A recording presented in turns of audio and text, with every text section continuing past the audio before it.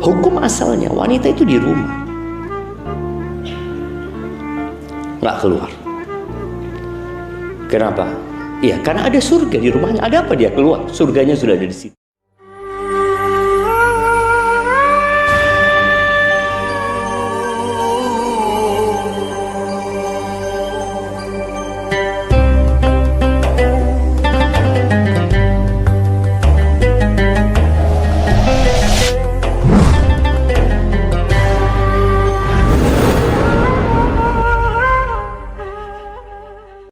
Emak-emak ini kira-kira masuk surga apa enggak?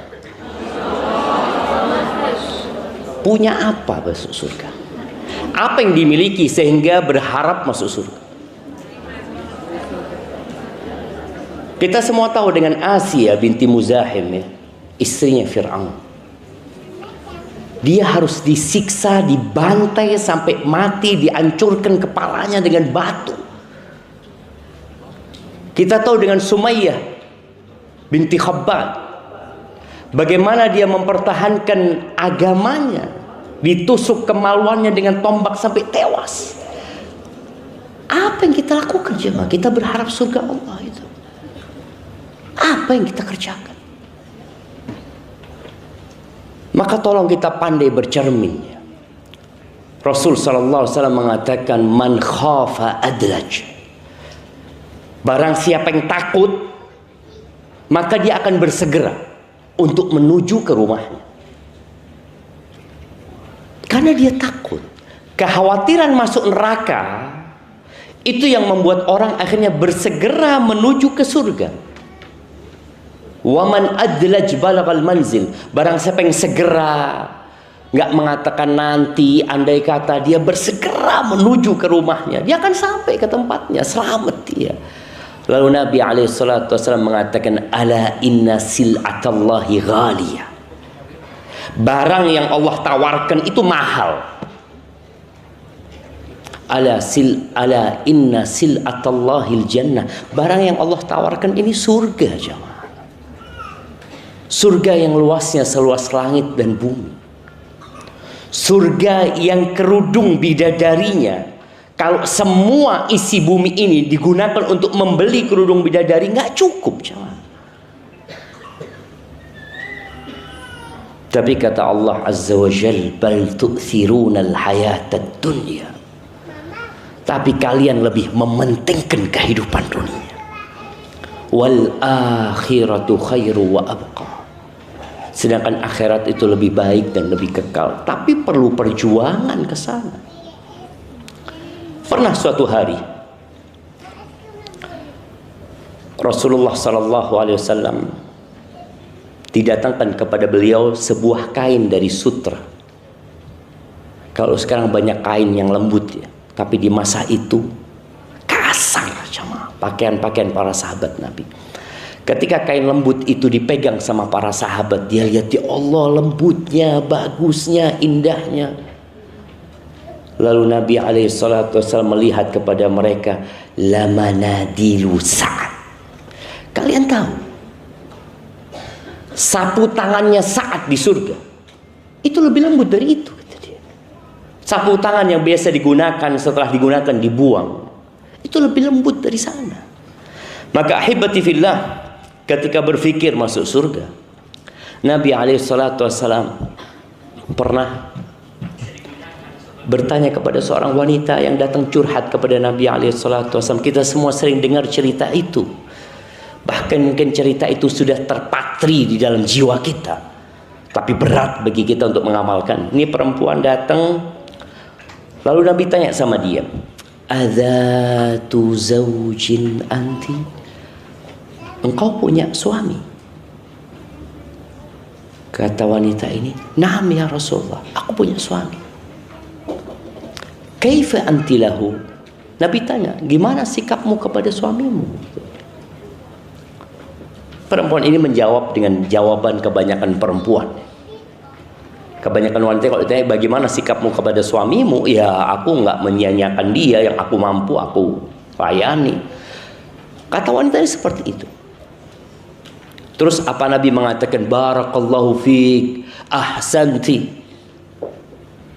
Nabi menyampaikan sebuah pesan kepada wanita ini untuk dibawa kepada seluruh wanita yang datang setelah dia. Unduri aina anti minhu. Lihat ya, lihat bagaimana sikapmu kepada suamimu, kata dia. Lihat. Fa innama huwa jannatuki au naruki. Suamimu itu surgamu atau nerakamu. Lihat.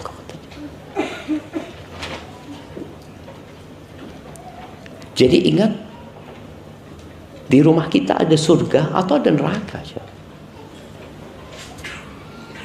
Ada orang itu yang Masya Allah ya, dia pembuka pintu kebaikan. Semuanya suka sama dia. Tapi ketahuilah, orang yang harus paling suka sama dia adalah pasangan hidupnya.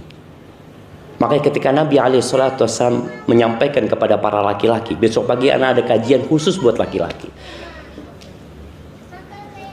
Nabi SAW mengatakan khairukum li ahli. Orang yang terbaik di antara kalian adalah yang paling baik sama istrinya, bukan sama yang lain. Itu menjadi standar orang baik. Jadi kalau ada seorang wanita yang baik dengan kawannya, baik sama sohibnya, sama tetangganya, ya Allah, fulana Masya Allah, padahal menurut suaminya tidak, maka harus berhati-hati. Engkau tidak perlu kesaksian dari orang-orang di luar sana. Mereka nggak tahu bagaimana sikapmu kepada surgamu dan nerakamu.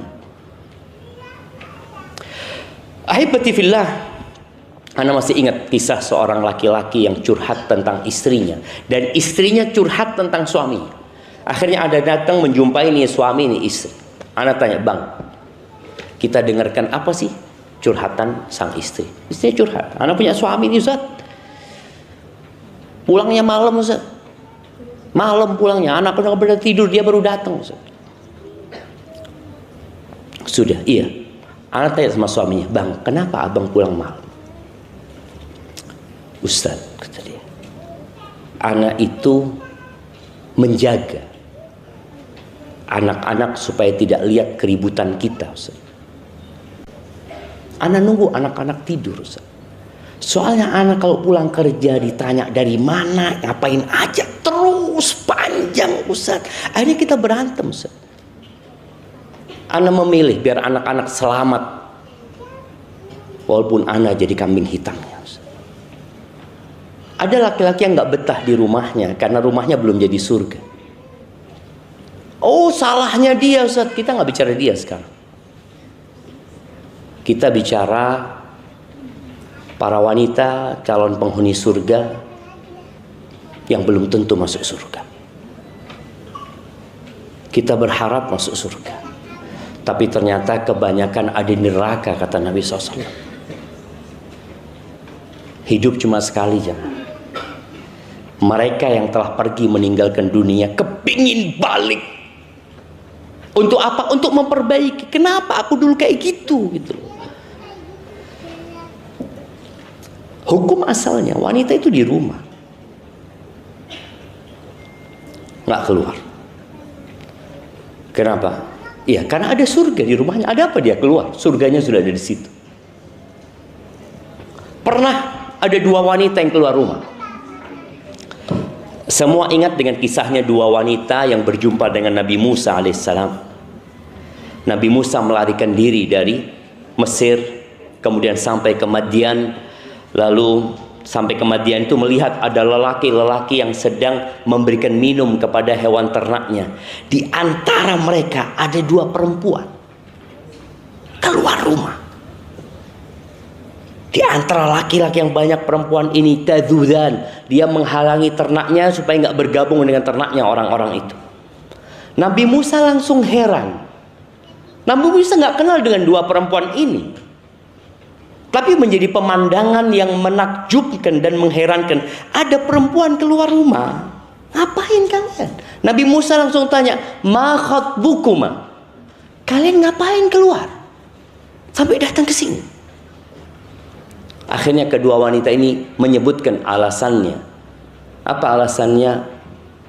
Qalata la nasqi hatta yusdira ar-ri'a wa abuna syaikhun kabir. Kita nih nggak bisa ngasih minum kecuali setelah laki-laki itu pergi semuanya. Dan kami melakukan ini apa sebabnya? Bapak kami sudah tua. Bapak kami sudah tua. Kami terpaksa keluar melakukan tugas yang seharusnya dilakukan oleh para laki-laki. Kami sengaja melakukan ini karena bapak kami sudah tua. Dan kami wanita-wanita nggak punya suami. Ada keterpaksaan. Akhirnya Nabi Musa membantu. Setelah dibantu, pulang tuh perempuan, datang lagi. Salah satu dari kedua memanggil Nabi Musa. Allah menyebutkan ya gaya jalan perempuan ini. Itu Allah sebutkan dalam Al-Quran. Tamshi ala istihya. Jalan perempuan ini dengan penuh malu dia. Harus ngomong sama Rejal ini malu. Apalagi suruh manggil Rejal ini. Akhirnya dipanggil Nabi Musa. Datang. Setelah terjadi obrolan, salah satu dari perempuan itu mengatakan, ya abati istajirhu. Inna khaira man istajarta al-qawiyul amin. Ayah, kerjakan dia, ayah. Jadikan dia pegawai, ayah. Artinya kita perempuan masa harus keluar terus, ayah. Dan sebaik-baiknya orang yang jadi pegawai itu adalah orang yang kuat dan amanah. Sampai akhir cerita Nabi Musa dinikahkan dengan salah satu putri orang tersebut. Selesai. Wanita itu lepas dari tugasnya yang memberatkan dia, yang dia lakukan karena memang nggak ada orang lain yang melakukan. Jadi ahibati fillah, di dunia ini ada surga. Yang tidak memasukinya itu tidak akan masuk surga akhirat. Di dunia ini ada surga yang ketika orang itu hidup di dunia tidak masuk ke surga ini, maka dia beresiko besar untuk tidak masuk surga di akhirat. Apa surga itu? Mengenal Allah Azza wa Jalla,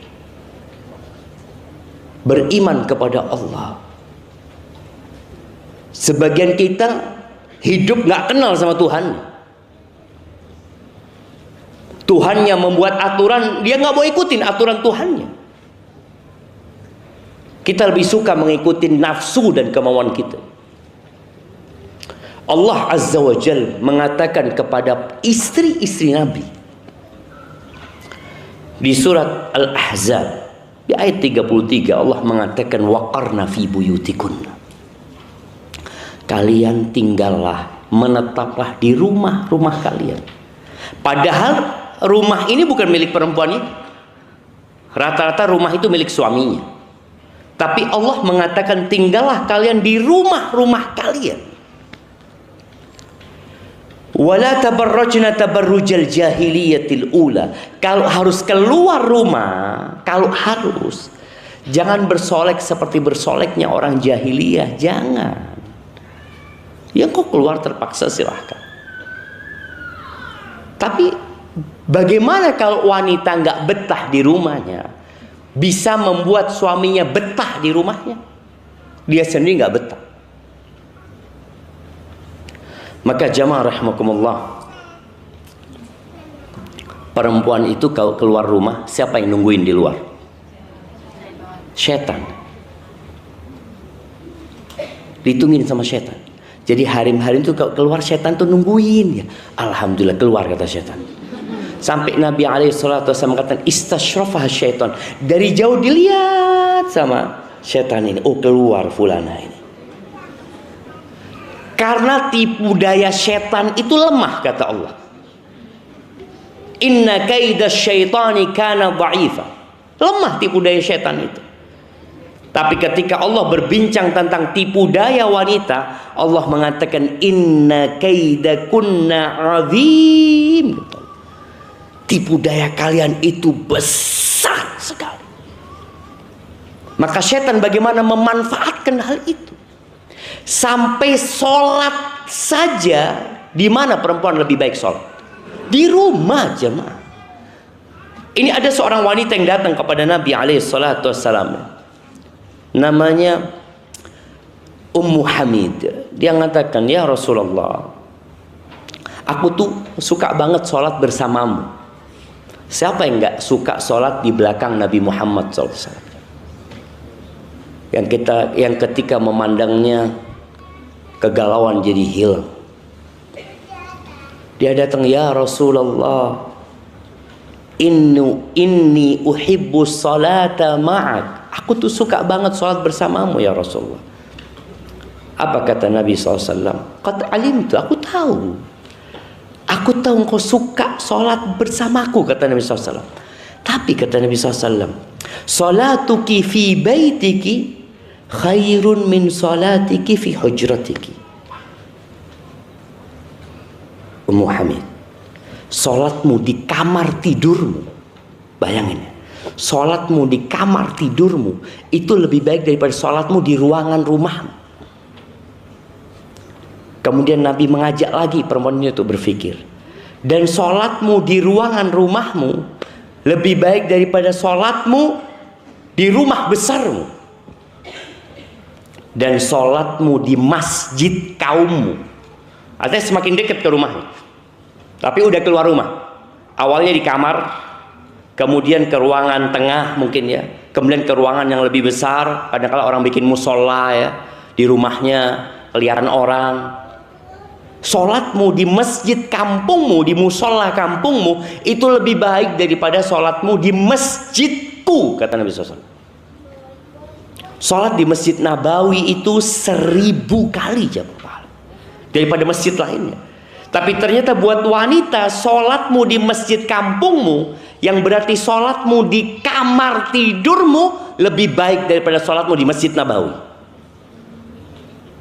Kita ini cari surga. Ini Nabi memberikan penjelasan sallallahu alaihi wasallam kepada Ummu Hamid ini.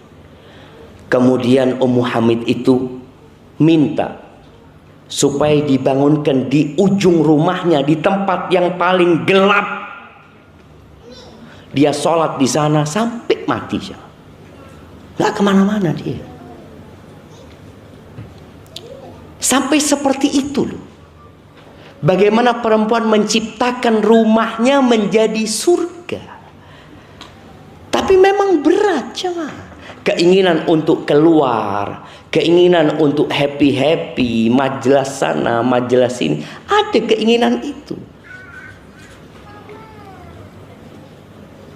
Tempat yang paling dicintai Allah itu apa? Masjid. Ahabbul biqa ilallahi masajiduha. Tempat yang paling cinta Allah itu masjid. Tapi ternyata perempuan lebih baik sholat di ujung rumahnya yang gelap, yang nggak kelihatan orang, yang ketika dia tutup, pembantu nggak tahu, anak-anaknya nggak tahu, umminya sholat berapa rakaat, umminya berzikir berapa banyak, umminya baca Quran berapa juz, nggak ada yang tahu kecuali dia sama Allah Azza wa Jalla. Tapi untuk menjadi seperti itu nggak mudah. Nabi SAW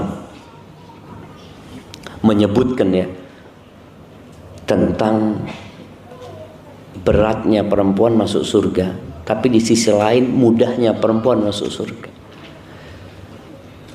Ketika Nabi ditanya SAW, man khairun nisa, siapa wanita yang paling baik? Apa jawaban Nabi SAW? Kita kayaknya semua tahu jawabannya. Ana hanya mengingatkan kembali. Kenapa ana perlu mengingatkan kembali? Karena kita semua nggak pernah belajar kitabun nikah. SD, SMP, SMA, kuliah, S1, S2, S3, kitabun nikah itu kayaknya nggak pernah dipelajari. Yang dipelajari di sekolahan itu sex education. Hanya urusan ranjang yang dipelajari. Padahal bukan urusan itu pernikahan.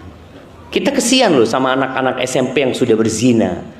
Bahkan anak SD, ingat ada 4 orang yang memperkosa seorang wanita. Yang paling tua dari 4 orang ini umur 16 tahun. Yang paling kecil umur 12 tahun. Diperkosa, dibunuh tuh perempuan.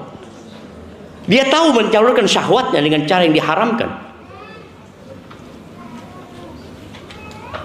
Maka kita perlu belajar, bagaimana menjadikan laki-laki itu betah di rumah, bagaimana laki-laki itu tidak memandang yang haram di luar, yang dia bayangkan kapan anak sampai rumah anak. Kenapa? Selesai urusannya. Anak kok sampai baiti, ya Allah, semua beban hidup itu hilang. Kata Nabi SAW, khairun nisa, yang pertama, allati idza nadarta ilaiha sarratka, yang kalau dipandang menyenangkan hati. Seneng hati nih bojone. Ketika buka pintu rumah, ya Allah, ya, dia ngelihat ada bidadari di rumahnya. Allah ketika mensifati bidadari surga, kata Allah, hurun maqsuratun fil khiyam. Mereka adalah wanita-wanita yang di rumahnya nggak keluaran. Enggak. Jadi kapan suami datang, istrinya ada. Karena memang fitnah di luar besar sekali. Dan Nabi SAW memberikan arahan, kalau laki-laki melihat sesuatu di luar yang membangkitkan syahwatnya, kemana dia harus lari? Ke istrinya. Falyarji ila ahli, pulang ke rumahmu.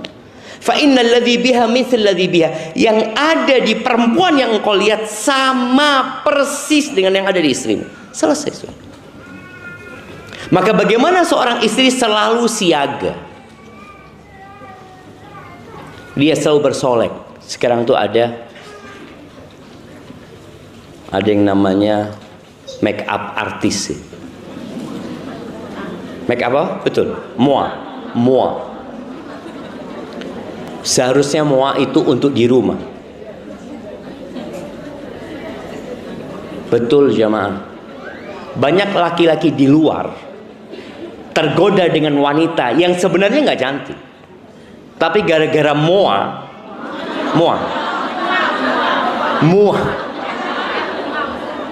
iya, gara-gara make up itulah.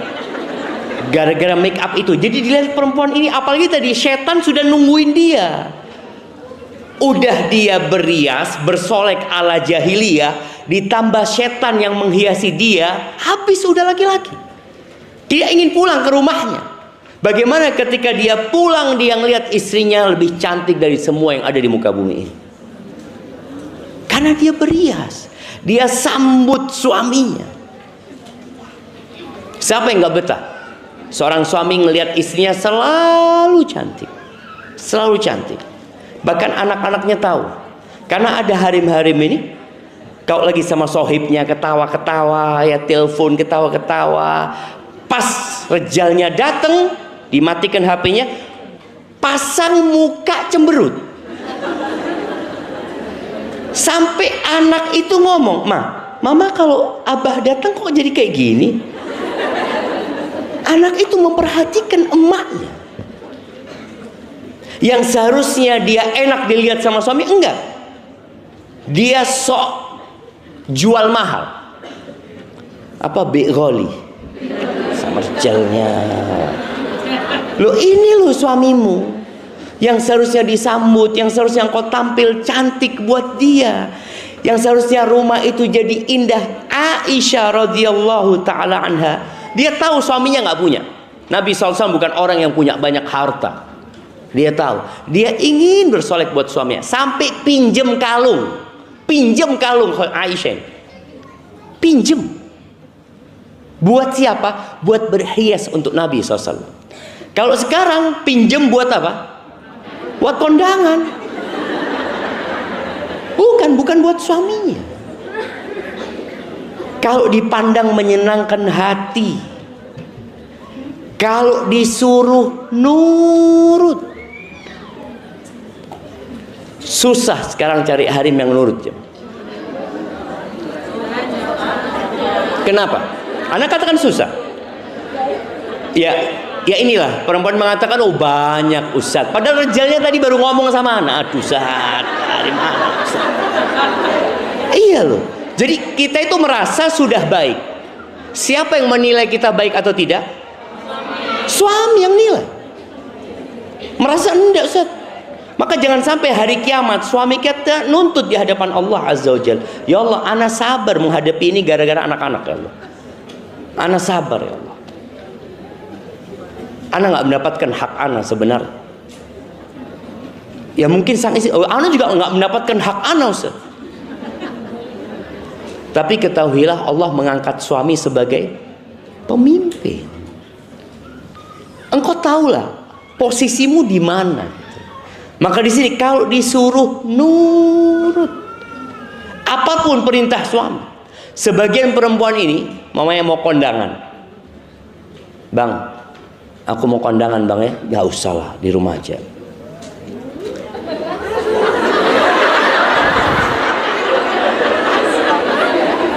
Apa yang terjadi sama perempuan ini? Merayu sana, merayu sini, macem-macem ini itu. Ini pertanda dia nggak nurut. Ketika saya mengatakan enggak, siap bang, aku di rumah. Selesai. Bisa seperti itu? Ditelepon sama sohibnya, engkau nggak kondangan? Ayo berangkat, kata dia. Enggak, aku nggak boleh sama suamimu. Na'udzubillah, kata dia. Itu yang marja. Itu jangan mau diatur sama suami. Itu terjadi sekarang ya. Itu terjadi sekarang. Yang ini akan berdampak kepada anak-anak nanti. Kalau ngelihat uminya kayak gitu, berarti dia nanti sama suaminya kayak gitu juga. Maka mata rantai ini harus diputus. Kesian anak-anak kita kalau akhirnya harus masuk neraka gara-gara emaknya menjadi contoh yang buruk. Anak-anak itu ingat ya, anak-anak itu mungkin dia salah dengar, tapi anak-anak nggak pernah salah ngelihat ya. Nggak pernah anak-anak salah ngelihat. Berapa banyak emak-emak yang ngasih tau, nak, engkau jangan kayak gini nak ya, engkau jangan. Tapi dia ngeliat emaknya kayak gitu. Ada sebagian bapak yang ngatakan, nak, jangan ngerokok, sambil pegang rokok dia. Kira-kira denger anaknya apa?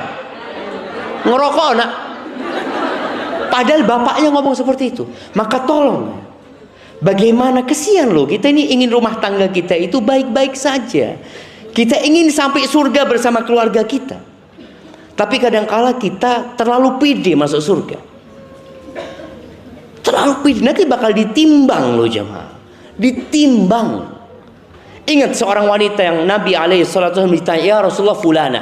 Ada fulana ya Rasulullah. Oh ya Rasul, dia sholat malam, puasa sunnah, sedekah.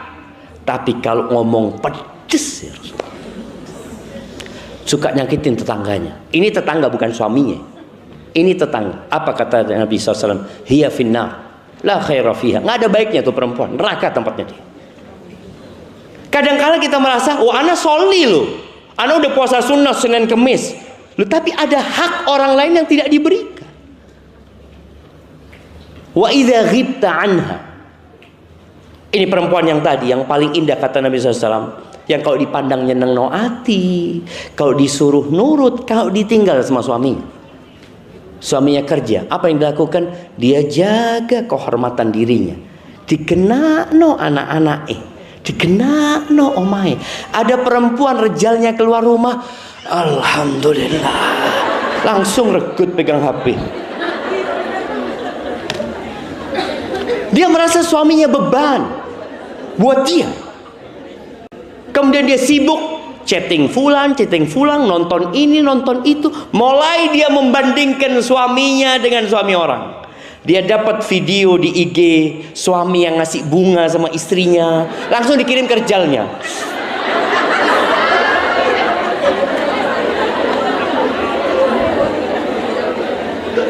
Jamaah, ketika kita membandingkan diri kita dengan orang lain, kita akan menderita. Maka nih buat orang, jangan pernah membandingkan dirimu sama orang lain, suamimu sama orang lain. Udah, bandingkan dirimu sama dirimu sendiri, tidak dengan orang lain. Tapi kalau engkau seperti itu, engkau mulai melihat fulana kirimin video ini, video itu, rejalnya, ya Allah, tidak bersyukur karena punya harim ini. Sebagian laki-laki itu dimaki-maki sama bosnya, dimaki-maki sama anak, ngelihat sendiri.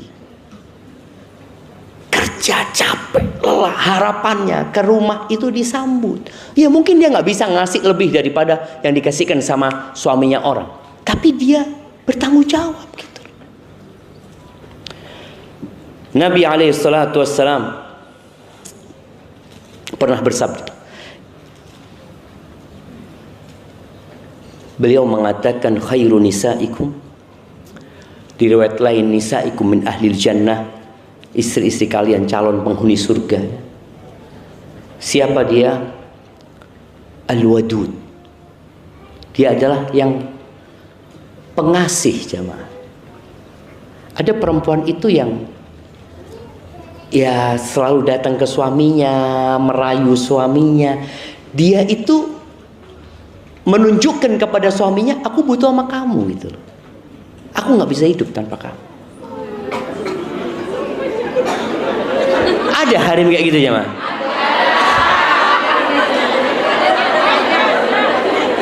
Nah, artinya ada kondisi perempuan itu al-wadud, yang penyayang, sama anaknya penyayang, sama pertuanya sayang, sama semuanya sayang. Bahkan dia menunjukkan cintanya. Karena lelaki itu sangat senang sekali ketika istrinya menunjukkan, aku sayang loh sama kamu. Engkau kalau nggak pulang-pulang, aku kepikiran sama kamu. Tapi ada harim yang kalau sudah kumpul sama sohib-sohibnya, lupa sama rejalnya. Rejalnya telepon, aduh sopo gitu.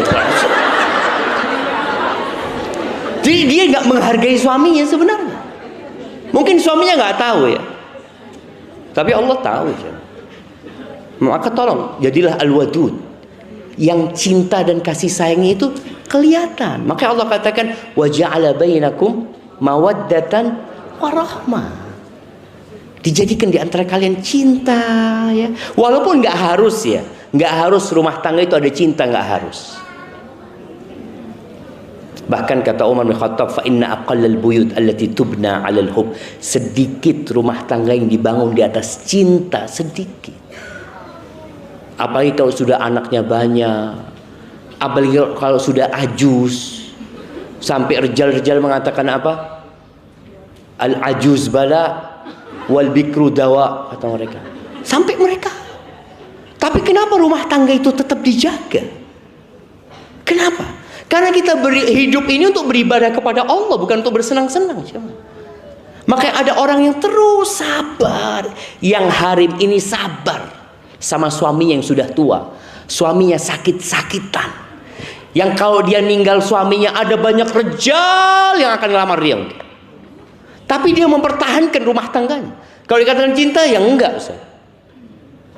Anda pernah ketemu dengan seorang suami istri yang mau cerai, umurnya sudah 70 ke atas ya. Mau cerai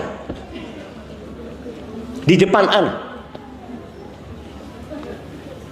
Ternyata sang istri merasa dulu pernah dizolimin sama suaminya.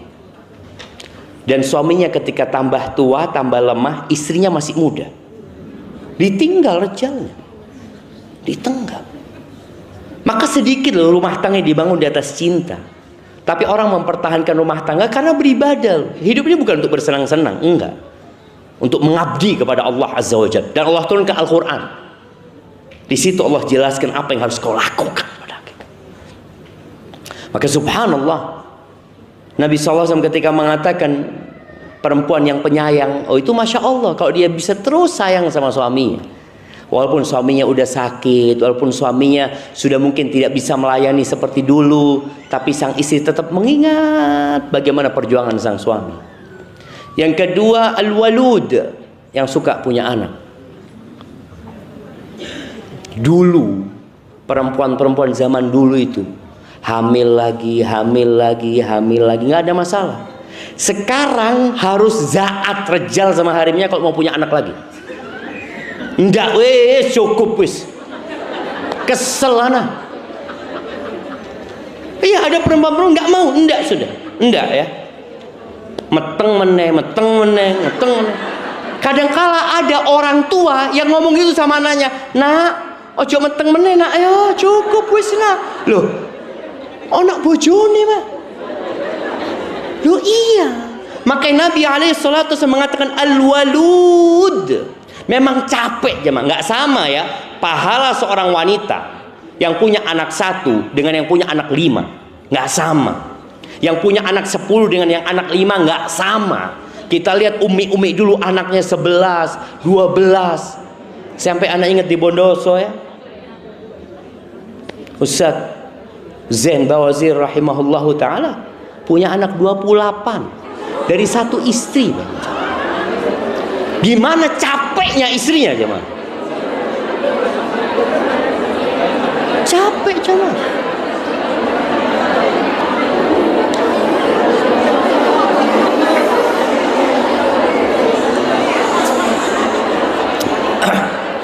Nah, udah cukup jemaah. Nanti dibicarakan sama suaminya. Jangan ngomong sama sohibnya tuh. Jangan. Karena akan ada yang suka ngembosi. Enggak, jangan. Suamimu ngomong, aku kepingin punya anak lagi. Katakan, ahlan wa sahlan. Loh, ingat semua kelelahan 9 bulan ya hamil. Semakin hari semakin lemah, semakin hari semakin lemah. Apa kata Allah? Faman ya'mal mithqala dzarratin khairan yarah. Engkau akan dapatkan. Suami nggak dapat, ya engkau akan dapat. Kemudian yang ketiga sifatnya al-muwatiyah, yang suka mencocokkan diri sama suaminya. Suaminya kepingin ini, iya bang. Kan ada harim-harim yang aku kepingin ini ya? Enggak, aku nggak cocok. Engkau mau ikut aku enggak?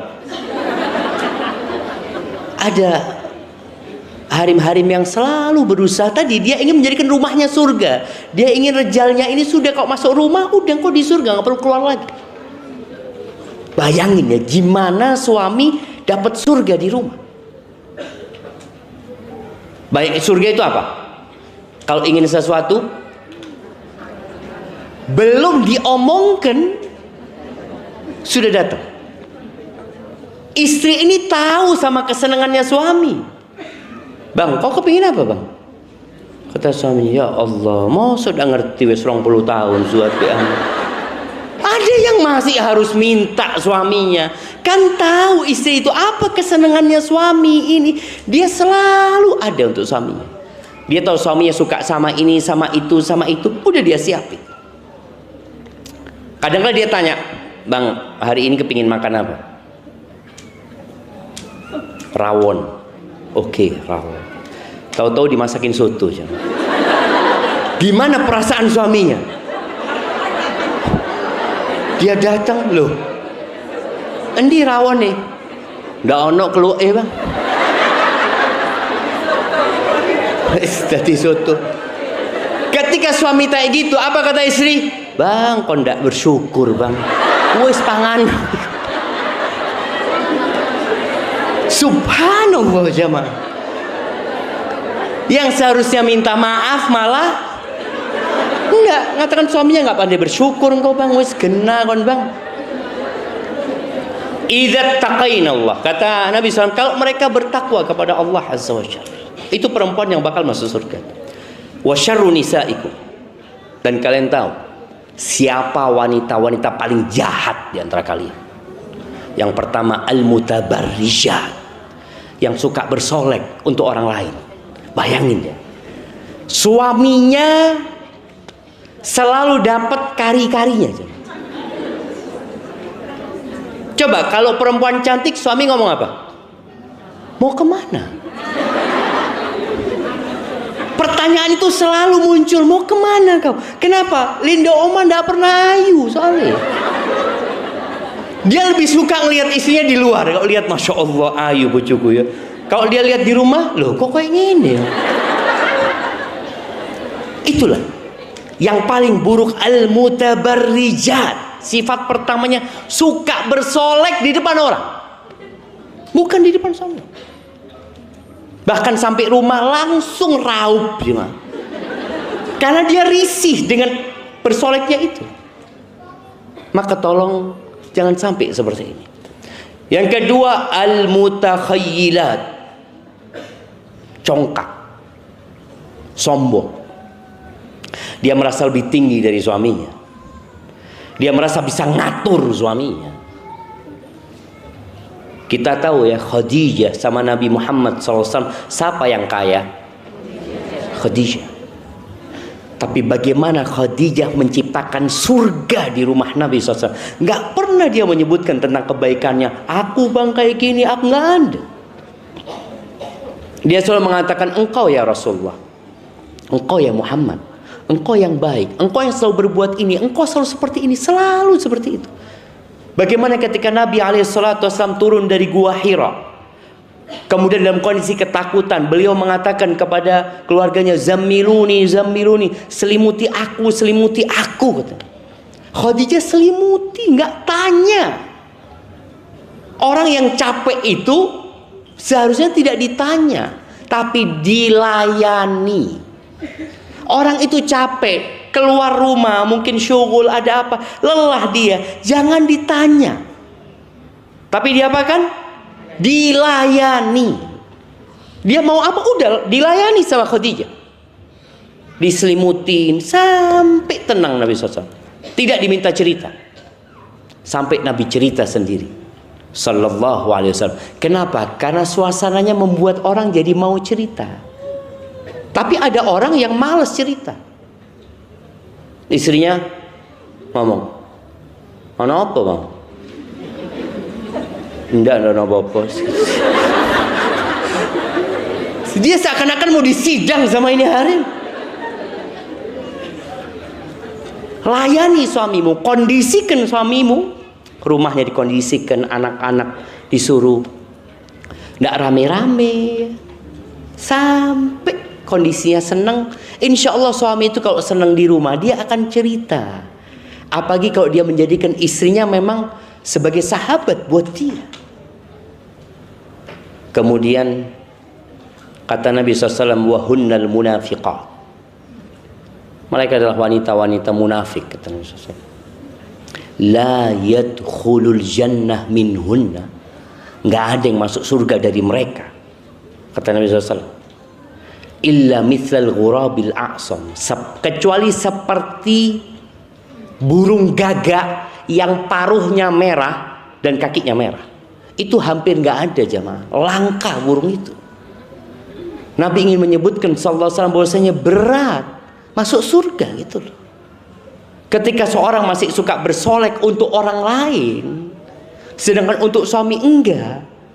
Tidak masuk surga dari mereka kecuali seperti jumlah burung gagak yang paruhnya merah dan kakinya merah.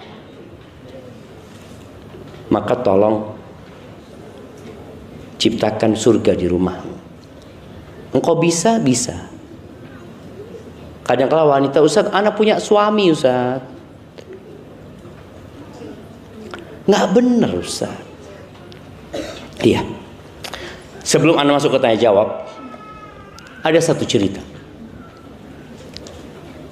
Ada seorang wanita telepon ke seorang syekh di televisi. Dia ngomong, Syekh, ana mau tanya. Ana punya suami peminum, Syekh. Dia pemabuk. Kalau sudah peminum jangan ditanya dosa yang lainnya. Tadi malam dia datang ke rumah dalam kondisi ana sedang baca Quran. Tengah malam, kata dia. Kemudian dia datang lihat anak baca Quran, diambil itu Quran, dirobek-robek, dibuang ke kamar mandi. Apa yang harus anak lakukan, Syekh? Kira-kira apa yang dilakukan, coba? Cerai. Syekh tanya, engkau punya anak? Iya, Syekh, anak punya anak 5 dari dia, Syekh. Engkau punya keluarga? Keluarga anak di desa, Syekh, jauh, kata dia. Ini kalau nggak salah kisah di Aljazair apa di Maroko, jauh, Syekh. Engkau yang ngasih nafkah ada? Nggak ada, Syekh. Keluargamu nggak ada, Syekh, kata dia. Terus Syekh ngomong, Syekh ini umurnya 94 tahun, yang ditanya. Syekh itu ngomong, sabar nak ya, sabar nak. Engkau jangan gugat cerai. Kalau bicara secara syariat, boleh nggak dia gugat cerai? Boleh. Tapi Syekh mengatakan sabar nak, katanya. Syekh, dia sudah melakukan itu, engkau suruh aku sabar, Syekh. Syekh itu mengatakan, nah aku khawatir kalau engkau gugat cerai, nanti pemabuknya jadi 6, anaknya 5. Karena ini perempuan gak punya apa-apa, rejalnya akan ngambil anak-anak itu. Jangan, kata dia. Sudah, kau banyak doa atau minta sama Allah SWT. Ya mungkin bahasanya kau ciptakan surga di rumahmu ya. Kau minta sama Allah SWT. Setahun kemudian, tahu-tahu Syekh ini lagi live di televisi, dia telepon. Perempuan itu telepon lagi. Dia mengatakan, Syekh, dzakartana ya Syekh. Engkau ingat sama aku Syekh, kata dia. Kata Syekh, enggak, aku enggak ingat, katanya. Arifi binafsi, engkau siapa, kata dia. Engkau ingat Syekh, aku yang pernah telepon tahun lalu, suamiku yang minum, yang merobek Quran. Iya, kata Syekh, ingat Syekh itu. Basyirin ya binti, kata dia. Kasih kabar gembira aku, gimana suamimu sekarang? Kata Syekh, alhamdulillah Syekh, suami anak sekarang yang buka kunci masjid ketika sholat subuh. Artinya perempuan itu memiliki sesuatu yang bisa menundukkan suaminya. Engkau tahu kapan suamimu marah. Engkau tahu apa yang menyebabkan suamimu marah. Engkau tahu apa yang menyebabkan suamimu nggak betah di rumah. Tahu perempuan itu. Apalagi sudah punya anak 5. Udah bertahun-tahun dia tahu dengan karakter suami. Ketika perempuan ini memohon sama Allah, kemudian dia memperbaiki dirinya melayani suaminya dengan baik, malu suaminya. Malu. Ketika hubungan kita sama suami sudah baik, hubungan kita sama Allah baik, Allah itu tinggal katakan kun, selesai. Cuma kita kadang-kala lebih mementingkan diri kita sendiri, mengandalkan akal kita, keluarga kita. Jangan. Maka tolong semuanya ya untuk mendesain ulang rumah tangganya. Bagi yang sudah berumah tangga, agar dari rumah-rumah kita itu kelak muncul pejuang-pejuang masa depan buat agama ini, jemaah. Taib ini pertanyaan sudah di print. Nanti kasih 3 pertanyaan. Langsung. Oke, siap. Mau dimulai 3 pertanyaan langsung? Oh, Ana yang tanya. Siap.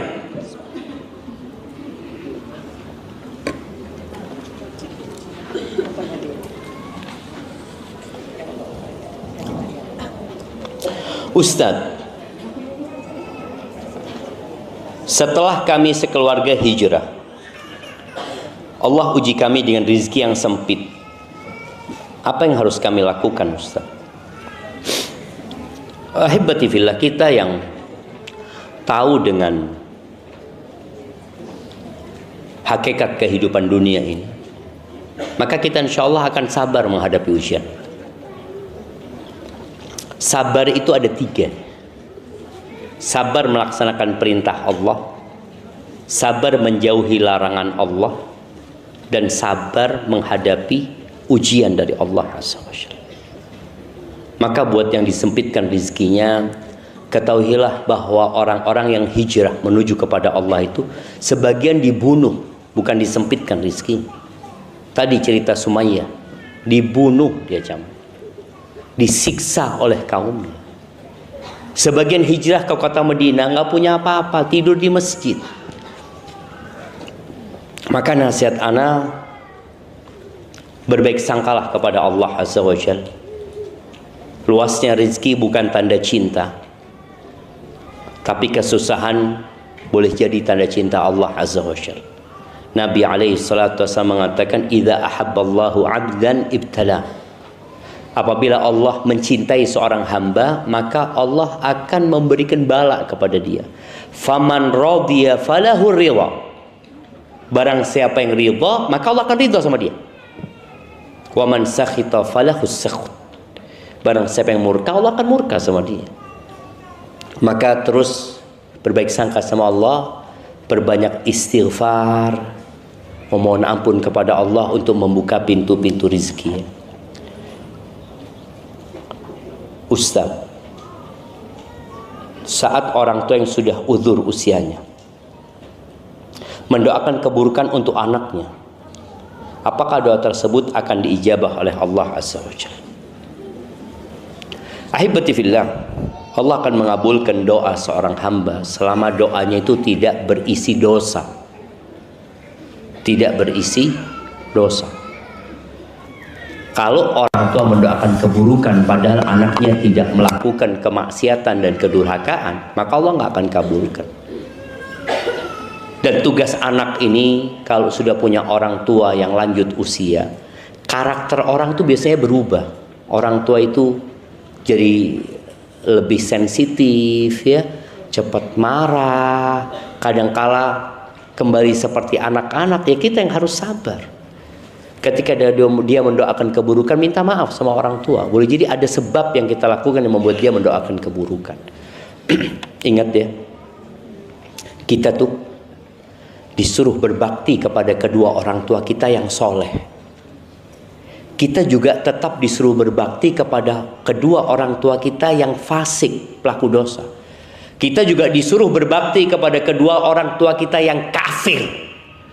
Kita tetap diperintahkan berbakti walaupun kedua orang tua kita kafir dan menyuruh kepada kekufuran. Jadi jangan berpikir kita wajib berbakti sama orang tua kalau orang tua kita khair. Enggak. Sampai yang kafir pun kita wajib berbakti. Yang nyuruh kepada kekufuran pun kita wajib berbakti. Tapi kita nggak boleh taat kepada kemaksiatan yang diperintahkan. Apa kata Allah? Wa in jahadaka ala an tusyrika bi ma laysa laka bihi ilmun fala tuti'huma wa sahibhuma fid dunya ma'rufa. Kalau orang tuamu nyuruhmu melakukan kesyirikan, jangan taat. Tapi tetap engkau mendampingi keduanya di dunia ini dengan cara yang baik, kata Allah. Maka tolong anak tetap berbakti sama orang tuanya walaupun orang tuanya zalim. Jika terjadi perceraian, siapa yang wajib menafkahi anak? Karena banyak teman-teman janda kerja keras menafkahi anak. Mantan suami tidak mau menafkahi karena sudah bercerai. Apakah perceraian antara suami istri saja atau anak juga ikut diceraikan? Ini jamaah tadi Ana sampaikan, banyak di antara kita yang berumah tangga tapi belum melewatin kitab nikah. Dia nggak belajar tentang bagaimana menikah, proses dari awal sampai menikah. Kemudian kalau terjadi perceraian gimana kondisinya nanti. Anak itu sampai kapanpun tanggung jawab bapaknya. Mau ikut emaknya tetap tanggung jawab bapaknya. Tapi memang ada di masyarakat ya, ketika anak itu ikut emaknya, emaknya ngomong enggak, engkau enggak perlu ngasih nafkah lagi. Ada perempuan yang seperti itu. Bahkan ada perempuan yang melarang anaknya berbakti sama bapaknya. Bapakmu jahat. Nah, iya. Dia ceritakan keburukan bapakmu. Bapakmu nggak ngasih nafkah, nak. Ibu yang kerja, ibu capek.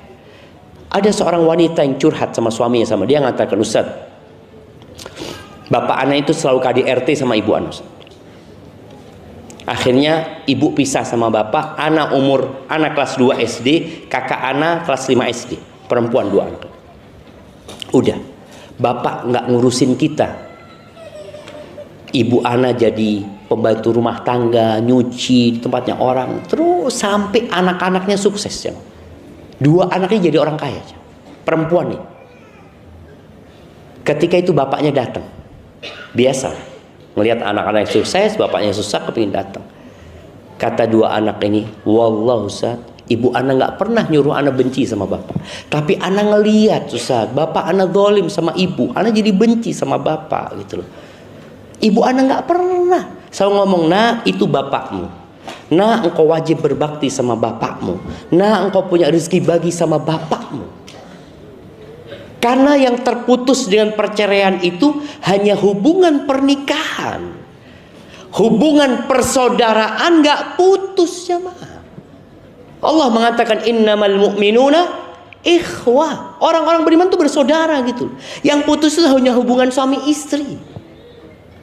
Tetap ini saudara sesama muslim, bapak anak-anaknya. Maka ibunya itu tidak pernah menanamkan kebencian. Maka tolong apabila terjadi perceraian, maka duduk bersama sebelum bercerai. Ada masa iddah untuk membahas masa depan anak-anak tersebut. Karena bagaimanapun sejatinya janda yang berat itu janda yang ditinggal mati kalau punya anak.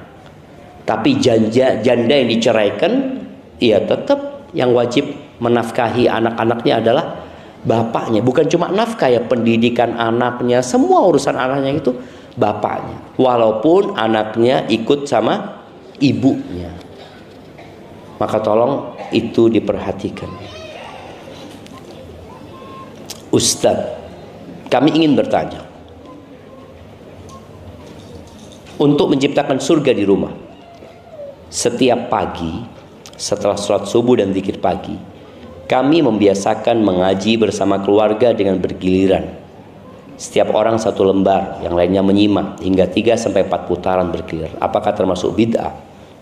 Karena kami membiasakan agar anak-anak kami tidak langsung tidur kembali setelah sholat subuh. Jazakallah khair. Barakallahu fiik. Enggak masalah jamaah. Karena sejatinya kita diperintahkan untuk membaca Al-Quran. Kita juga diperintahkan untuk tadarus. Mungkin kita memilih waktu pagi itu karena itulah waktu yang bisa kumpul bersama keluarga. Mungkin ada yang nggak bisa di waktu pagi karena ayahnya habis subuh langsung berangkat kerja. Ada yang bisanya ba'dal maghrib umpamanya, atau bisanya ba'dal asar. Ya semua sesuai dengan kemampuannya. Nah, insya Allah nggak apa-apa. Dan ini mungkin juga bagaimana seorang istri merayu suaminya untuk ngaji sama dia. Dengan cara apa? Ngomong, bang aku takut salah ngajinya bang.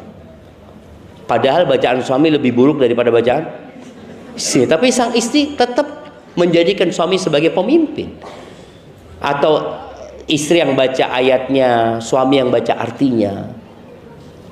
Barakallahu fikum. Apa yang harus kita lakukan? Jika suami tidak mau atau enggan belajar ilmu agama, meskipun sudah diajak dengan cara lembut, netral, sampai tegas. Dan bagaimana harus menghadapi suami yang enggan dan sering menunda untuk sholat di masjid.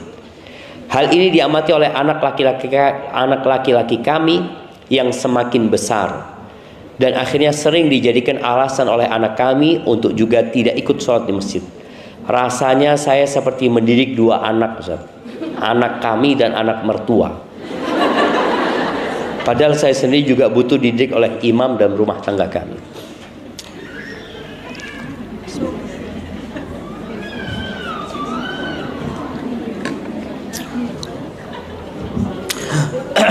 Nah, jamaah. Kadangkala angin bertiup tidak sesuai dengan keinginan nelayan. Takdir itu tidak selalu sesuai dengan yang kita impikan. Nasihat ana, jangan bandingkan suamimu dengan suami orang, supaya engkau nggak tambah menderita. Apa yang harus engkau lakukan? Perbanyak doa, memohon kepada Allah. Jangan berhenti berdoa. Tugasmu hanya menyampaikan. Wa ma 'alaika illal balagh. Nabi alaihi salatu wasallam ingin pamannya masuk Islam. Nabi Nuh alaihissalam ingin istrinya itu ikut beliau, ingin anaknya ikut beliau. Nabi Lut sama. Nabi Ibrahim kepingin ayahnya. Asiyah binti Muzam ingin Fir'aun suaminya. Tapi ternyata semua itu tidak terjadi. Apa yang harus dilakukan? Ya sabar. Sambil terus berusaha. Umpamanya kalau bicara suami nggak mau diajak kajian, minta antarkan suami kajian. Soalnya kadangkala istri ini kajiannya sendiri, suami kajiannya sendiri. Istri cuma kata, bang, ayo bang, ono kajian bang, Masjid Imam Syafi'i, berangkat, nggak berangkat. Apa yang saya lakukan? Bang, anterno aku bang. Ayolah bang, aku tuh ngelihat harim-harim diantarkan sama suaminya, aku kok nggak diantar. Ayolah sekali-kali diantar. Artinya merayu kepada suami. Dan setelah suami ikut sekali kajian, puji dia dengan pujian selangit. Katakan kepada suamimu, ya Allah bang, aku kayak masuk surga waktu berangkat kajian sama kau bang. Senangnya gitu. Bukan pulang kajian, ngono bang, teko kajian. Nggak datang kajian dia jamaah. Ustadz, oh ini berat pertanyaannya jamaah. Sebelum pertanyaan kita ada hadiah. Sebutkan perempuan yang masuk neraka yang tadi disebutkan di hadis. Ada 2 sifatnya. Nah, fadhal. Ini yang pegang sini. Gimana? Mic-nya diambil dulu.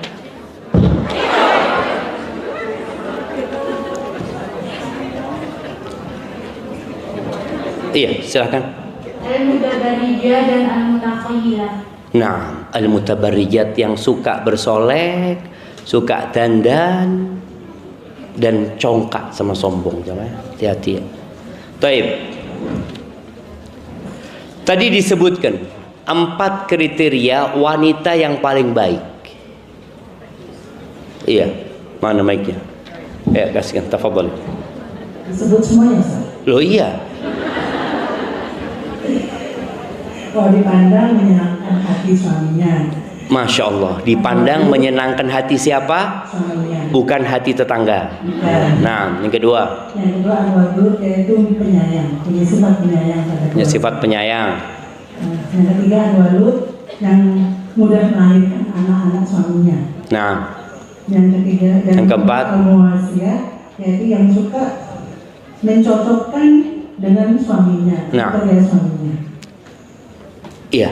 Ya. Barakallahu fiik, kasih hadiah. Tapi ada satu sifat yang tadi lupa, al-muwasiyah, yang suka menghibur suaminya. Satu lagi, suka menghibur suaminya. Kalau disuruh nurut, suka menghibur suaminya dia jamaah. Soalnya kadang-kala suami di luar itu capek dan lelah, tapi istrinya suka menghibur dia. Baik. Ana akan baca pertanyaan yang Ana sampaikan tadi berat. Ustadz, jelaskan kepada kami tentang poligami.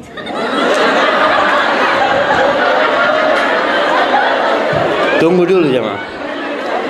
Apakah semua lelaki boleh melakukannya walaupun istrinya tidak bermasalah? Dengarkan, makanya dengerin dulu.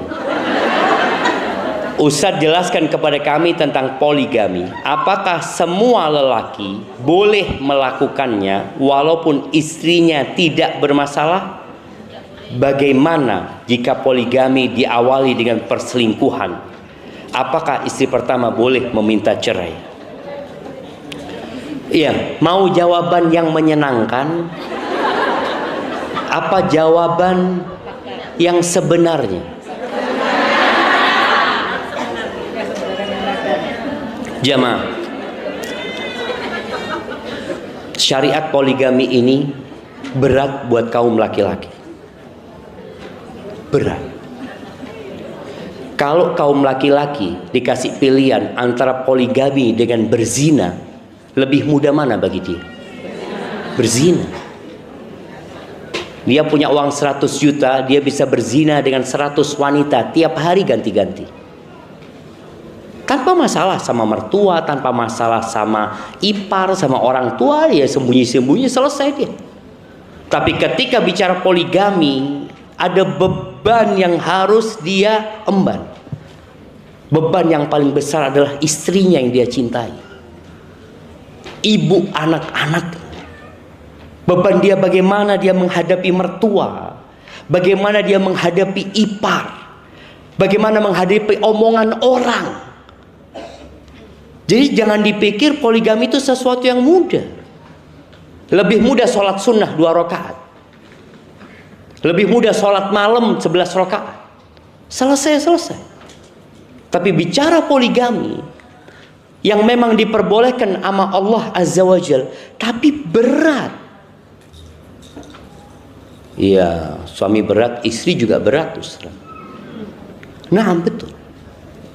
Tapi Allah Azza wa Jal ketika membuat syariat ini, menurunkan syariat ini bisa dilakukan. Tapi karena hidup di dunia ujian, jadi nggak semuanya seneng-seneng. Ada orang yang berpikir, kalau punya harim 2, malam ini di sini, malam ini di sini. Kalau harimnya 4 di sini, terakhir ikut di masjid. Nabi SAW punya istri 9.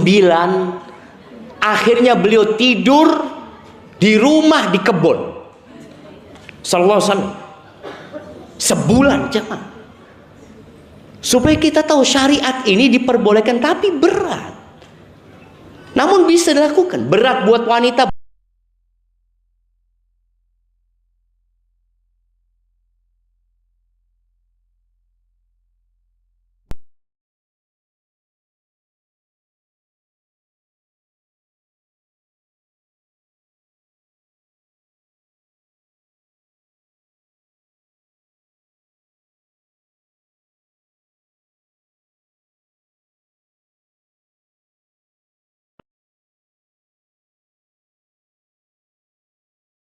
Piring itu pecah di rumah Nabi SAW. Dan itu hal yang wajar. Tapi tidak membuat syariat ini kemudian tidak dijalankan. Allah Azza wa Jalla mengatakan, fankihu ma taba lakum minan nisa mathna. Kata Allah, nikahilah dari wanita-wanita yang baik-baik ya. Berapa? Allah katakan 2. Wa thulatha wa ruba. 3 atau 4. Fa in khiftum alla ta'dilu, kalau kalian takut tidak bisa berlaku adil, maka 1. Artinya syariat ini diperbolehkan, tapi sang laki-laki harus menghadapi banyak masalah. Berat buat dia. Sedangkan dia menjalankan itu untuk apa? Untuk menyalurkan syahwatnya, untuk memperbanyak anak mungkin. Ada banyaklah. Kalau dikatakan, jadi bukan masalah ada di wanita. Wanita nggak kurang. Yang bermasalah itu laki-lakinya. Makanya Allah bolehkan laki-laki, Allah nggak bolehkan wanita. Wanita kalau nggak dipuaskan sama suaminya, dia boleh gugat cerai. Selesai. Maka syariat ini memang berat ya. Bukan hanya untuk wanita. Berat buat wanita. Wanita itu beratnya di mana sebenarnya? Beratnya di mana? Coba anak kepingin tanya. Siapa yang mau jawab kasih hadiah. Beratnya wanita di poligami di mana? Kasih mic-nya, kasih hadiah, kasih mic-nya. Yang mau jawab kasih mic, kasih hadiah. Harus berbagi dengan perhatian segala macamnya itu yang berat. Ya, kadang suami juga belum adil dan biasanya pada sekarang ini poligami itu diawali dengan perselingkuhan di Facebook, di media sosial gitu. Suami itu kadang-kadang nggak tahu inti dari poligami itu sendiri. Suami taunya zuat. Iya. Ya. Intinya poligami apa? Ya zuat. Baik, jawabannya menarik ya. Oh ya, ada yang awalnya nggak bagus, ada poligami yang tidak sehat, betul. Poligami yang sehat pun berat. Jangan dipikir ini karena nggak sehat. Coba Ustaz dari awal dia baik-baik saja, sama aja.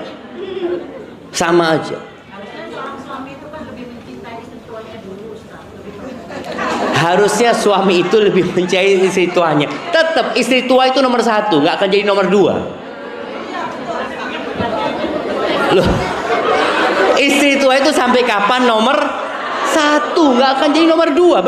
Betul ibu. Tapi yang Anda ingin sampaikan, beratnya bagi wanita itu hanya di perasaan. Mau suaminya seperti Nabi Muhammad SAW, tetap perasaannya diuji. Itu istri Nabi diuji perasaan.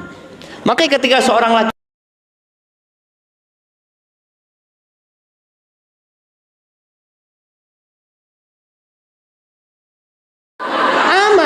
nggak apa-apa bang, fadol, sebulan nggak apa-apa bang.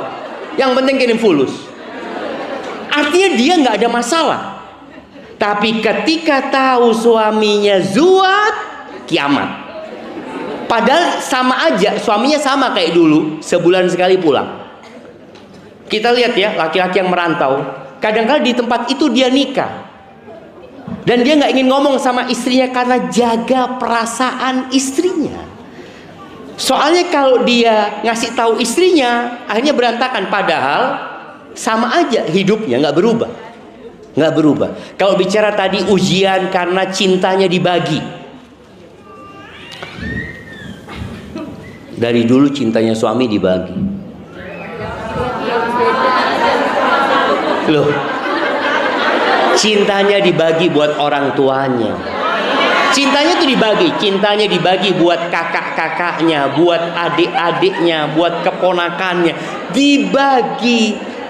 Tambah satu bagian.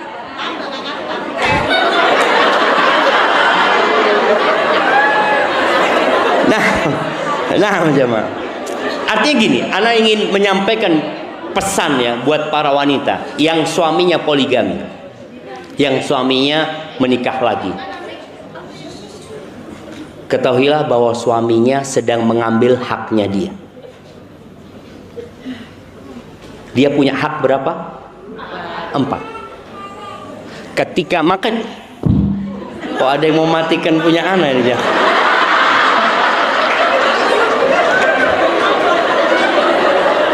Nah, jemaah. Makanya perempuan-perempuan ini yang suaminya belum ngambil haknya, kena no bojone. Ketika suaminya ngambil haknya nanti, engkau sabar. Suamimu tidak sedang mendolimi. Karena sekarang dianggap suami yang poligami itu suami yang tidak setia. Padahal imam orang-orang yang paling setia adalah Nabi kita Muhammad SAW. Nabi kalau ditanya siapa yang paling dicintai, kata Nabi SAW, Aisyah. Gak bisa ngomong Aisyah tetap gitu. Tapi apakah kecintaan beliau kepada Aisyah membuat beliau akhirnya tidak poligami? Beliau tetap poligami. Jadi jangan berpikir suamiku poligami karena dia gak cinta lagi sama aku. Enggak loh. Dia mungkin ada sesuatu yang harus dia salurkan. Dia takut dengan yang haram. Dan dia tahu resikonya berat. Lebih berat jadi istri pertama apa istri kedua?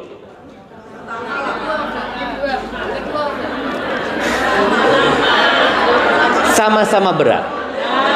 Sama-sama berat. Boleh jadi lebih berat daripada jadi istri pertama. Tapi ingat ya, istri kedua itu jadi omongan orang. Istri kedua gak ada yang salah. Gak ada yang salah. Yang dia lakukan boleh, benar. Tapi maksudnya itulah ujian gitu loh. Istri kedua jadi omongan orang. Mertua itu anaknya jadi istri kedua, mikir, nak ya opo abah nak ya, apa katanya orang ya.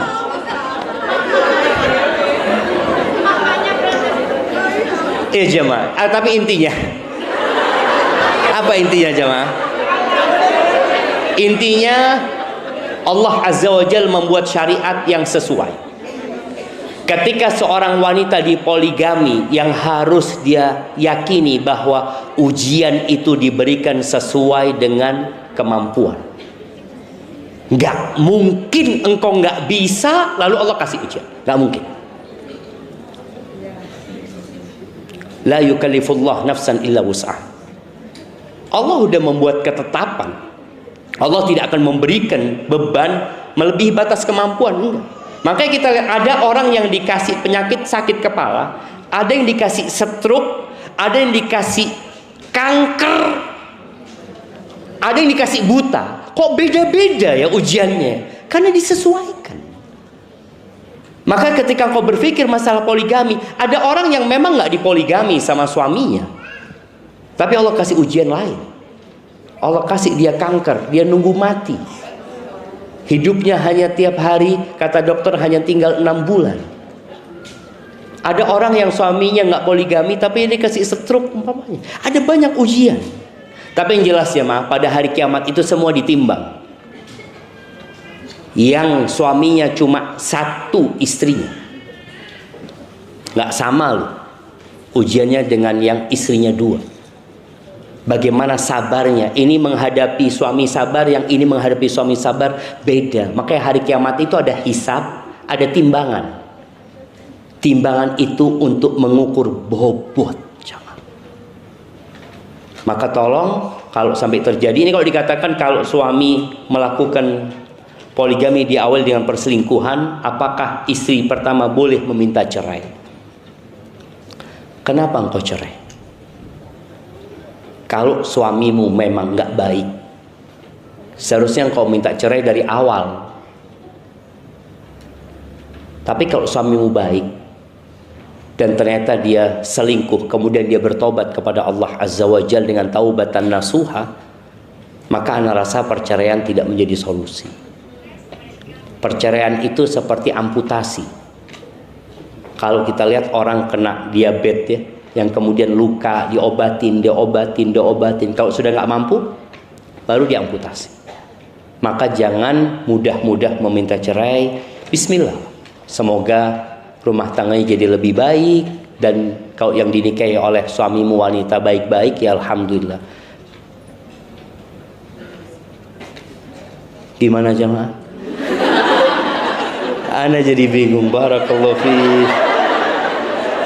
Iya, semoga kita dapat pencerahan ya. Karena yang jelas buat wanita berat, buat laki-laki berat, dan kelak pada hari kiamat kita akan dihisap masing-masing.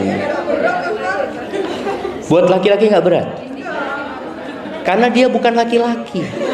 Ana yang laki-laki yang merasakan. Nah, Ustadz, di arisan kami, oh ini urusan arisan sering ditakokno jamaah. Apa hukumnya jika seorang anak laki-laki yang sudah berkeluarga dan bekerja dengan penghasilan cukup, tapi tidak pernah memberikan sedikit dari hasil penghasilannya untuk kedua orang tuanya yang masih hidup, dengan alasan penghasilannya habis atau hanya cukup untuk menghidupi anak dan istrinya saja?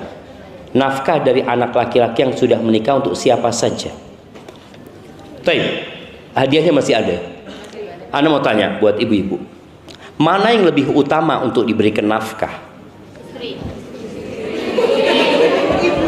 Loh ya, oh pertanyaannya belum selesai. Udah jadi sudah. Nah, oke. Istri jawabannya. Kenapa? Ayo, mic-nya kasih. Kenapa? Itu mic-nya. Silahkan. Kenapa? Assalamualaikum. Waalaikumsalam warahmatullahi. Anak dari suami. Yang punya, berarti kamu nggak punya anak? Tanggung jawab suami tetap tanggung jawabnya suami.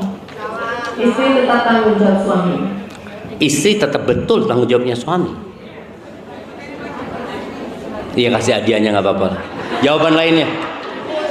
Nah, ya. Istri apa ibu? Oh, ada yang jawab ibu. Kita dengarkan kenapa ibu. Fadhal. Yang ibu. Kasih mic-nya. Karena ibu yang melahirkan, yang menyusui, yang mengasuh dari kecil, Ustaz. Bagaimana ibu-ibu? Ya nggak apa-apa, kasih hadiah. Iya, berarti ada dua pendapat di sini. Sebenarnya dua pendapat ini sama-sama benar. Dengarkan jawabannya. Yang pertama, kalau bicara nafkah, ibu, ya, ibu-ibu dengerin dulu. Kalau bicara nafkah, maka yang lebih wajib adalah istri. Kenapa? Karena terjadi akad antara ana sebagai seorang laki-laki dengan mertua yang dia nyerahkan putrinya sama ana. Ana terima, ana katakan gabiltu nikaha wa tazwija bil mahril madhkur, maka ana tanggung jawab dengan perempuan itu. Yang sebelumnya perempuan ini siapa yang ngasih nafkah? Bapak sama ibunya. Karena diserahkan ke ana, surganya perempuan itu ana sebagai suami. Ana jadi surga atau nerakanya dia. Maka ana wajib memberikan nafkah kepada dia sebelum nafkah kepada orang tua. Kalau nggak mampu, lepas itu perempuan. Jangan dizalimi. Itu kalau bicara nafkah. Dan nafkah ini adalah sandang, pangan, papan. Ketika lebih, boleh ngasih orang tua. Kemudian nafkah kepada istri ini, istri kaya atau miskin tetap wajib dikasih nafkah. Beda sama orang tua. Anak itu baru wajib memberikan nafkah kepada orang tua kalau orang tuanya miskin. Kalau orang tuanya nggak miskin, cukup mampu, maka anak bukan memberikan nafkah, tapi memberikan hadiah sebagai bentuk kebaktian anak kepada orang tuanya. Jadi para istri juga harus tahu, suami umpamanya sudah memenuhi kebutuhan istrinya, nafkah sudah selesai. Lalu sang suami ini ingin menyenangkan ibunya, dia belikan mobil buat ibunya, dia belikan gelang buat ibunya, maka sang istri nggak bisa nuntut, karena nafkahnya sudah dipenuhi. Maka seperti itu, kalau bicara nafkah, maka lebih wajib kepada istri, tapi kalau berbakti ya berbakti sama orang tua gitu. Setelah menikah, saya tinggal bersama mertua dan keluarga suami. Suami saya belum cukup rezeki untuk membeli rumah, dan sikap mertua saya dan keluarganya setiap hari seperti menyiksa batin saya. Mertua saya seperti tidak terima kalau anak tunggalnya menikah, dan selalu mau ikut campur dalam urusan rumah tangga kami. Jika tidak mengikuti perintahnya, beliau selalu mengabaikan saya dan mengatakan saya menantu yang tidak baik. Saya sudah berusaha menerima semua perlakuan beliau dan mencoba menganggap rumah itu seperti surga, tapi nyatanya tidak bisa, Ustaz. Saya rasa saya tidak kuat. Saya harus bagaimana, Ustaz? Sementara suami saya menyuruh saya untuk sabar. Bolehkah saya pulang ke rumah ibu saya, Ustaz? Apakah saya berdosa? Jemaah, ana ingat pesan abah ana waktu ana nikah. Dia ngatakan, Syafiq, belum nikah waktu itu, dia ngomong, Syafiq, kalau nanti nikah jangan kumpul sama mamanya. Abah ana ngomong, Syafiq, cari rumah sendiri. Artinya memang apa ya, menantu sama mertua ini kalau cocok alhamdulillah, tapi kalau nggak cocok hanya jadi neraka rumah. Bahkan menambah dosa mertua, menambah dosa menantu juga, karena akhirnya ribain mertuanya, jelek-jelekin mertuanya. Maka solusinya pertama, nggak harus punya rumah sendiri, ngontrak nggak apa-apa. Sampaikan kepada suami, udahlah kita tinggal cari kontrakan, tapi pisah. Kalau harus kumpul, paling tidak ada privasi. Tadi buat para orang tua ya, agar rumah tangga anaknya terjaga. Bikin kalau memang rumahnya besar, udah di-sekat umpamanya, jadi ada privasi buat dia. Karena istri ini kepingin menyambut suaminya dengan pakaian-pakaian yang indah, nggak bisa ada mertua. Dia ingin sayang-sayangan sama suaminya dari depan pintu sampai keluar pintu umpamanya, ada mertua nggak bisa. Kan ada yang istri yang mau membukakan pintu buat suaminya, ya, ngantarkan suaminya, ini ada bapak mertua, gimana? Maka nasihat anak, sabar. Kalau engkau bisa minta sama suami, umpamanya tetap di rumah itu, kalau memang boleh, tapi ada privasi. Atau kalau enggak, ngontrak rumah yang tidak jauh dari rumah mertua. Karena sebenarnya ya itulah ujiannya. Allah Azza wa Jalla mengatakan, wa ja'alna ba'dakum li ba'din fitnah atasbirun. Kata Allah, kami jadikan sebagian kalian itu ujian loh buat orang lain. Kalian sabar enggak? Mudah-mudahan dengan sabar menghadapi mertua ya.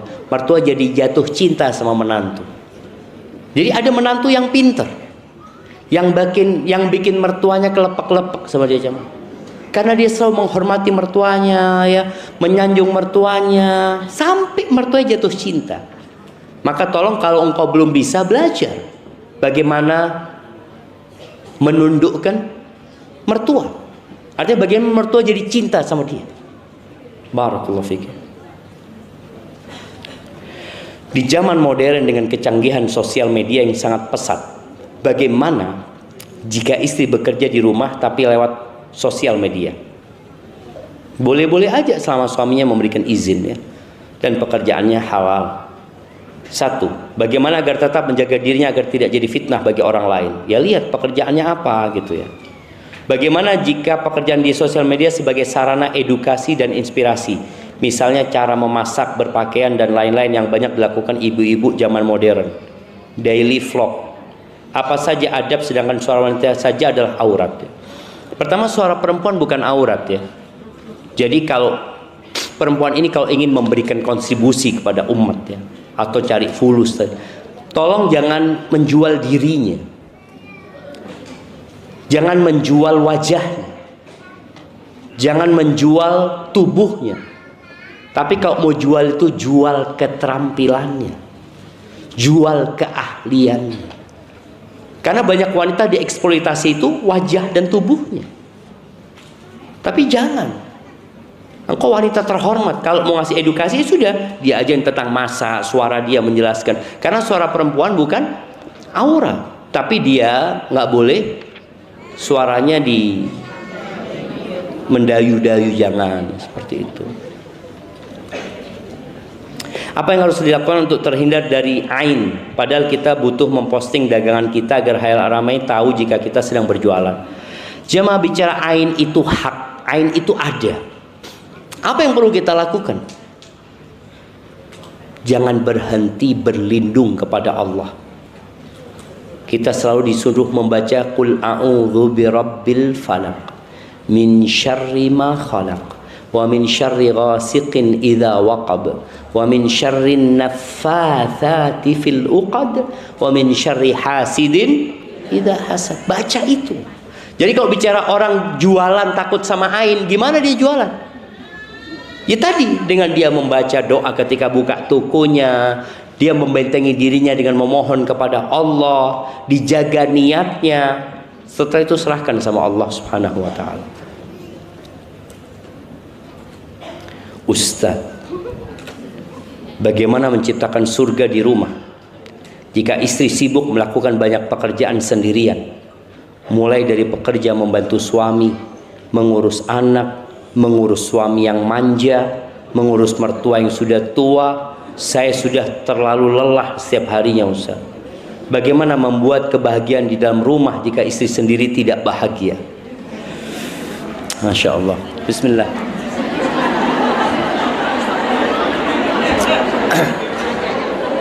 Nah, jamaah rahimakumullah, bahagia itu kita yang bikin, bukan orang lain. Bahagia itu letaknya di hati. Makanya Syekhul Islam Ibn Taimiyah rahimahullah ta'ala, ketika beliau dimasukkan ke penjara, ditutup pintu penjara, beliau mengatakan, ma yaf'alu a'da'i bi, apa yang dilakukan oleh musuh-musuhku kepada aku? Surgaku itu ada di dadaku sini, gitu. Ada di sini, katanya. Kemanapun aku pergi, dia ikut sama aku, gitu. Ketika aku di penjara, ya itu menjadi tempat khalwat buat aku. Ketika aku harus diasingkan, ya itu menjadi siah perjalanan di bumi Allah Azza wa Jalla. Ketika aku dibunuh pun, semoga kematianku menjadi mati syahid. Maka seorang yang mungkin tidak bisa bersenang-senang, bukan nggak bahagia dia nggak punya pembantu. Kita tahu Fatimah binti Muhammadin sallallahu alaihi wasallam. Fatimah ini putrinya Nabi alaihi salatu wasallam. Dia putrinya Khadijah. Dia bersama Khadijah adalah wanita termulia kelak di surga Allah Azza wa Jalla, bersama Asiyah dan bersama Maryam. Itu nggak punya pembantu. Bahkan kerjanya lebih berat. Dia itu kalau mau makan harus giling gandum sendiri sampai kasar tangannya. Dia masih punya bayi yang bernama Hasan. Baru selesai dia nifas, tahu-tahu hamil untuk anak yang namanya Husain. Sampai suaminya kesian, nyuruh Fatimah minta pembantu kepada ayahnya, karena nggak punya Ali bin Abi Thalib. Miskin Ali bin Abi Thalib, nggak punya fulus dia. Sampai Fatimah ngomong sama Nabi SAW. Nabi nggak ada ngomong sama Aisyah radhiyallahu anha. Apakah Nabi kemudian sallallahu alaihi wasallam memberikan pembantu? Tidak. Tapi dikasih amalan yang semua orang bisa mengamalkan. Nabi alaihissalatu wassalam menyuruh keduanya kalau mau tidur malam ya, di tempat tidurnya, untuk baca subhanallah 33 kali, alhamdulillah 33 kali, Allahu Akbar 34 kali. Itu lebih baik daripada pembantu. Maka coba didawamkan. Istiqomah engkau baca itu. Dan terima kondisimu. Dan jangan pernah membandingkan dirimu dengan orang lain. Kalau harus membandingkan dirimu, bandingkan dengan yang di bawahmu. Banyak yang lebih susah dari dirimu. Maka dengan cara itu, surgamu akan dapat engkau hadirkan di tempatmu. Karena sekali lagi, kebahagiaan itu bukan di tas ya, Ma. Kebahagiaan itu bukan di gelang-gelang emas. Kebahagiaan itu bukan di pakaian, tapi kebahagiaan itu di hati kita dengan menerima takdir Allah Azza wa Jalla. Tapi ini kayaknya pertanyaan terakhir ya. Ustaz, bagaimana agar saya meyakinkan diri saya kalau perceraian saya yang kemarin adalah takdir? Atau hanya keegoisan kita berdua? Bagaimana saya bisa mengatasi trauma pernikahan saya yang gagal kemarin? Mantan suami sekarang meyakinkan saya terus untuk kembali bersama. Padahal beliau sudah menikah lagi.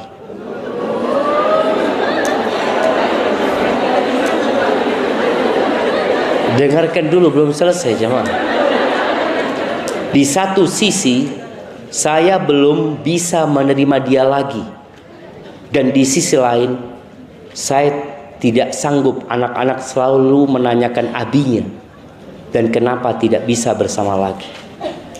Sekarang, bagaimana saya menata hati yang tidak baik-baik saja ini Ustaz, agar saya bisa menciptakan surga di rumah untuk anak-anak seorang diri. Jamaah, kalau bicara yang telah terjadi, maka semuanya terjadi dengan takdir Allah Azza wa Jalla. Tapi kalau itu sebuah kesalahan, maka kita harus berusaha bertobat dan memperbaiki diri. Kalau bicara cerai, kadangkala kita memilih perceraian tanpa merenungkan akibat dari perceraian tersebut. Kalau bicara egois, ya boleh jadi karena keegoisan. Tapi udah terjadi, udah takdir Allah Azza wa Jalla. Makanya dalam agama kita, cerai itu 2 kali yang boleh rujuk. Yang ketiga kali nggak boleh rujuk. Kalau sekarang dikatakan trauma pernikahan saya yang gagal kemarin, ketahuilah takdir Allah itu indah. Kalaupun harus bercerai. Tapi engkau harus banyak-banyak istighfar, memohon ampun kepada Allah. Kalau ternyata itu disebabkan dirimu. Karena termasuk yang paling dicintai iblis adalah perceraian. Kalau memang ternyata engkau bercerai karena egois ya, sekarang kau berpikir bagaimana kembali dan suamimu mau kembali, maka nasihat ana, kembalilah kepada suamimu. Pandanglah kelebihannya bukan kekurangannya. Wallahi jamaah, semua orang punya kekurangan. Kalau kita fokus dengan kekurangan, nggak ada yang mempertahankan rumah tangga. Nggak ada. Semua kita mempertahankan rumah tangga kita karena kita melihat kepada kelebihannya. Ada orang yang sudah menikah 20 tahun, 25 tahun, dia benar-benar mengatakan, Ustaz, suami ana ini tidak memberikan hak ana, Ustaz. Tapi ana sabar, sudah mudah-mudahan jadi pahala buat ana. Maka dari ketika kelebihan, maka insya Allah dapat mempertahankan rumah tangga.